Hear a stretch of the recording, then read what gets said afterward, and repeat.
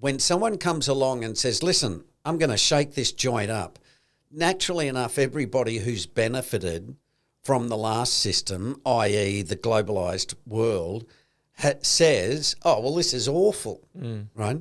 But again, I think we're going to have to get used to in a really, really seriously different world, which is what we talked about in the new normal, right? You're going to have to get used to, I think, a lot less freedom, right? Meaning? Economic freedom. Oh, I'm going to buy pearl stones from Poland. It's like, no, you're not. Not freedom as in you can't fly to America. Yeah. But see, stuff like China has this thing America has this thing where anything under $800 coming in is not checked, and taxes and all that sort of stuff, right? And I'm sorry, the word escapes me what it is. Anyway, they've closed that off, which means, companies like Shein or Temu and all those cheap Chinese companies, they're going to get a little bit hammered.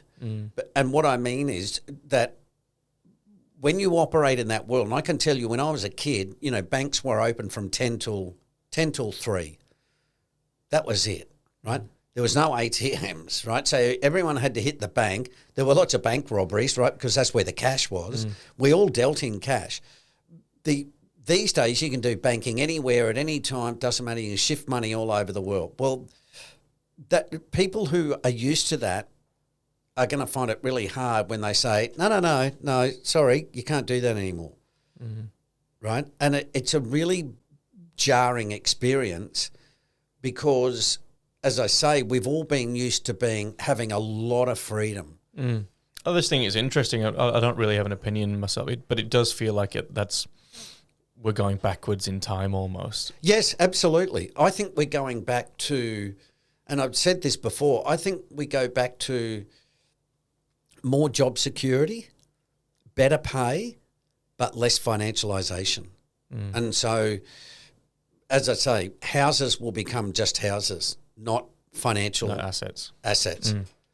Okay, Well, let's talk about the US.